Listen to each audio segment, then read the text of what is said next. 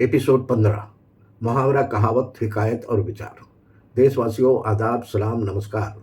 मैं इस्माइल बाटलीवाला आपका स्वागत करता हूं 15वें एपिसोड में। आज की हमारी गहरी और सच्चाई को उजागर करने वाली कहावत है, चोर चोरी से जाए मगर हेरा फेरी से न जाए। क्या आपने इस कहावत को सुना है? इस कहावत का मतलब है, किसी व्यक्ति की पुरानी आदतें आसानी से नहीं बदलती। भले ही वो एक तरह की गलती छोड़ दे, लेकिन उसकी चालाकी या हेरा फेरी की आदत बनी रहती है। यानी सिर्फ ऊपर ऊपर बदलाव दिखाने से कुछ नहीं होता है। असल बदलाव अंदर से आना चाहिए। आसान भाषा में समझिए, कोई इंसान चोरी करना छोड़ दे, लेकिन छोटी मोटी चालाकियां और धोखेबाजी करता रहे, तो लोग कहते हैं, चोर चोरी से जाए मगर हेरा फेरी से न जाए। देशवासियों, ये कहावत कब बोली जाती है?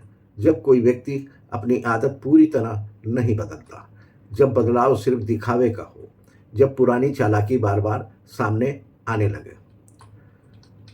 देशवासियों, रोजमर्रा के उदाहरण।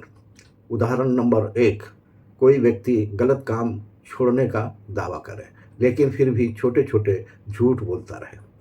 उदाहरण नंबर 2, किसी का व्यवहार बदलता दिखे, लेकिन सोच वही पुरानी रहे। उदाहरण नंबर 3, बार बार सुधार का वादा करके भी उसी गलती को दोहराना। छोटी हिकायत। एक व्यक्ति ने कहा, मैं अब गलत काम नहीं करूँगा। कुछ समय तक उसने सच में सुधार दिखाया, लेकिन धीरे धीरे उसकी पुरानी आदतें फिर सामने आने लगी। तब लोग ने कहा, चोर चोरी से जाए मगर हेरा फेरी से न जाए। इसकी सीख, सच्चा बदलाव सिर्फ काम बदलने से नहीं, बल्कि सोच और आदत बदलने से आता है। संदेश, अगर बदलना है तो आधा अधूरा नहीं, पूरी नीयत और दिल से बदलना होगा। एक लाइन में सार, आदतें तभी बदलती हैं जब इंसान अंदर से बदलता है। आप क्या सोचते हैं? देशवासियों, हमने तो यही समझा है, लेकिन आपकी राय क्या है? कमेंट करके ज़रूर बताएं। ये सिर्फ वीडियो नहीं है, बल्कि हमारा जागरूकता मिशन है। हर कदम, हर विचार, हर कहानी का मकसद बदलाव लाना है। वीडियो पसंद आए तो लाइक करें, अपनी राय कमेंट में बताएं, वीडियो को शेयर करें। इस्माइल बाटलीवाला नाम के यूट्यूब चैनल को सब्सक्राइब करें। इंस्टाग्राम, फेसबुक, ट्विटर यानी एक्स, टेलीग्राम पर फॉलो करना ना भूलें।